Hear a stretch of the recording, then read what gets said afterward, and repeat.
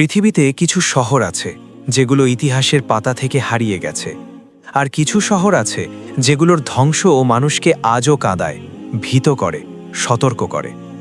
সাদুম ছিল তেমনই একটি শহর। ঝর্ণা, বাগান, সবুজে ভরা এক স্বর্গভূমি। পাহাড় ঘেরা সেই ভূমিতে আল্লাহ মানুষের উপর বর্ষণ করেছিলেন অসংখ্য নেয়ামত, উর্বর জমি, মিষ্টি পানি, ফলের বাগান, শান্তি, নিরাপত্তা, বাণিজ্য, সমৃদ্ধি। বাইরে থেকে তাকালে মনে হতো এ যেন জান্নাতের একটি টুকরো পৃথিবীতে নেমে এসেছে। কিন্তু মানুষ যখন নেয়ামতকে ভুলে যায়, সৃষ্টিকর্তার কথাকে ভুলে যায়, তখন নষ্ট হয় শুধু শহর নয়, নষ্ট হয় মানুষের হৃদয়ও। সাদুমের মানুষের হৃদয় ঠিক এমনভাবেই অন্ধকারে ঢেকে গিয়েছিল। শুরুতে তাদের পাপ ছিল গোপন, অশ্লীল কাজ, পাপাচার, অন্যায়, এসব তারা প্রথমে লুকিয়ে করত। কিন্তু সময়ের সঙ্গে সঙ্গে গোপন পাপ প্রকাশ্যে পরিণত হল। তারা পথচারীদের বিরক্ত করত, ভ্রমণকারীদের লুট করত, মানুষকে জ্বালাতন করাকে তারা বীরত্ব ভেবে নিত। সবচেয়ে ভয়ঙ্কর বিষয়, তারা ইতিহাসে প্রথমবার পুরুষে পুরুষে অশ্লীল সম্পর্ক শুরু করল। আল্লাহ বলেন, তোমরা তো পুরুষদের নিকট যাও কামনা পূরণের জন্য, নারীদের ছেড়ে, তোমরা সীমা লঙ্ঘনকারী।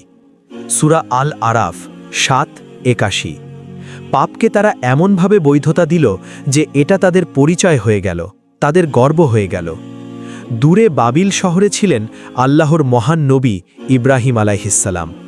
তার সাথেই ছিলেন ভাতিজা লূত আলাইহিসসালাম।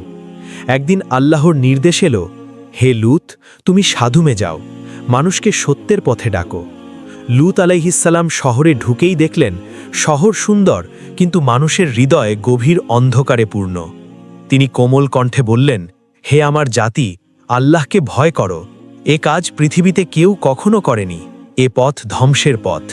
কিন্তু মানুষ হাসল, তারা লূত আলাইহিসসালামকে ব্যঙ্গ করল, বলল, এই শহর আমাদের, আমাদেরই নিয়মে আমরা চলব, তুমি আমাদের কে? আর একজন সর্দার বলল, যদি সত্যিই তুমি নবী হও, নিয়ে আসো সেই শাস্তি যার ভয় দেখাও। দিন কেটে যেতে লাগল। লূত আলাইহিসসালাম প্রতিদিন পাপ থেকে ফিরিয়ে আনার চেষ্টা করতেন, কিন্তু মানুষ আরও কঠিন হয়ে গেল। তারা বলতো, আমাদের জীবন আমাদের, আমাদের শরীর আমাদের, আমরা যা চাই করব। নবী খুব কষ্ট পেলেন। এক রাতে আকাশের নিচে দাঁড়িয়ে তিনি কাঁদলেন, হে আল্লাহ, আমি একা হয়ে গেছি, আমাকে সাহায্য করুন। কোরআনে আল্লাহ বলেন, তিনি বললেন, হে আমার প্রভু, আমাকে সাহায্য করুন এই পাপিষ্ঠ লোকদের বিরুদ্ধে। সূরা আল আনকাবুত ২৯-৩০। এমনকি লূত আলাইহিসসালামের নিজের স্ত্রীর মনও ছিল পাপীদের পক্ষে। অবশেষে সেই দিন এলো, আসমান থেকে ৩ ফেরেশতা মানুষরূপে ইব্রাহিম আলাইহিসসালামের বাড়িতে এলেন। তারা খাবার না ছোঁয়ায় ইব্রাহিম আলাইহিসসালাম ভয় পেলেন। তখন তারা পরিচয় দিল, ভয় পাবেন না, আমরা আল্লাহর ফেরেশতা, আমরা এসেছি ২টি সংবাদ নিয়ে। আপনার স্ত্রী ইসহাক সন্তান পাবেন, আর আমরা যাচ্ছি সাদুম শহরকে ধ্বংস করতে। ইব্রাহিম আলাইহিসসালাম কেঁদে বললেন, কিন্তু সেখানে তো লূত আছে। ফেরেশতারা বললেন, তিনি নিরাপদ থাকবেন। সূরা হুদ ১১:৬৯-৭৬। এরপর ফেরেশতারা সেই সুদর্শন যুবকের রূপে লূত আলাইহিসসালামের বাড়িতে গেলেন। শহরের লোকেরা খবর পেল লূতের বাড়িতে সুন্দর অতিথি এসেছে। তারা দৌড়ে এলো, দলে দলে, হিংস্র জন্তুর মতো। তারা দরজায় ধাক্কা দিতে লাগল, দরজা খোলো, অতিথিদের বের করে দাও।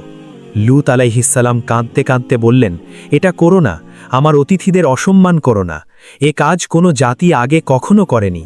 কিন্তু তারা হাসল, বলল, চুপ করো, নয়তো তোমাকেও শহর থেকে বের করে দেব। ঠিক তখন ফেরেশতারা আসল পরিচয় প্রকাশ করলেন। তারা লূত আলাইহিসসালামকে বললেন, হে লূত, ভয় পাবেন না, আমরা আল্লাহর ফেরেশতা, এই পাপীরা আমাদের কাছে পৌঁছাতে পারবে না। আপনি এখনই পরিবার নিয়ে শহর ছেড়ে যান। ভোরের আলো অ্যাপেনা উঠছে। এমন সময় আসমানে প্রচণ্ড শব্দ হলো, বজ্রধ্বনি, ভূমিকম্প, মাটি কাঁপতে লাগল। শহরটিকে যেন শিকড় সহ তুলে আকাশে নেওয়া হলো, তারপর উল্টিয়ে মাটিতে আছড়ে ফেলা হলো। তারপর আকাশ থেকে বর্ষণ হলো আগুনে পোড়া পাথর। প্রতিটি পাথর ঠিক সেই অপরাধীদের মাথাতেই গিয়ে পড়ল।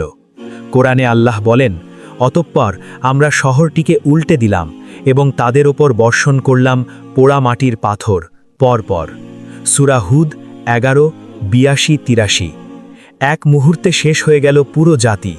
গর্ব ভেঙে গেল, পাপের স্বাধীনতা হয়ে গেল ধ্বংসের আগুন। আজ সেই জায়গায় কোনো জীবন নেই, কোনো সবুজ নেই, কোনো নদীর হাসি নেই, আছে শুধু লবণাক্ত পানির একটি সমুদ্র, ডেড সি, মৃত সাগর, যা পৃথিবীর সবচেয়ে নিচু জায়গা। অবিকল যেমন আল্লাহ বলেছিলেন, আমি এ শাস্তি রেখেছি দুনিয়ার মানুষদের জন্য দেখার মতো নিদর্শন। সূরা হিজর 15:76। এই গল্প শুধু একটি জাতির ইতিহাস নয়, এই গল্প সতর্কবার্তা। কেন তারা ধ্বংস হলো? কারণ তারা পাপকে স্বাভাবিক করেছিল, পাপকে বৈধতা দিয়েছিল, নবীকে অস্বীকার করেছিল, সত্যকে বিদ্রূপ করেছিল, আর এমন এক জঘন্য পাপ করেছিল যা দুনিয়ার ইতিহাসে আগে কেউ করেনি। আল্লাহ বলেন, তোমরা এমন কাজ করো যা দুনিয়ার কোনো জাতি আগে কখনো করেনি। সূরা আল আরাফ 7:80। আজ আমরা কোথায় দাঁড়িয়ে আছি? আজকের পৃথিবী কি সেই পথেই যাচ্ছে? আল্লাহ আমাদের রক্ষা করুন। এই নীরব ধ্বংসাস্তূপ যেন আমাদের মনে করিয়ে দেয়, পাপ যখন সীমা ছড়ায়, নেয়ামত আর থাকে না, আর সত্য যখন হৃদয়ে জাগে, ধ্বংসের শহরও শিক্ষা হয়ে বেঁচে থাকে।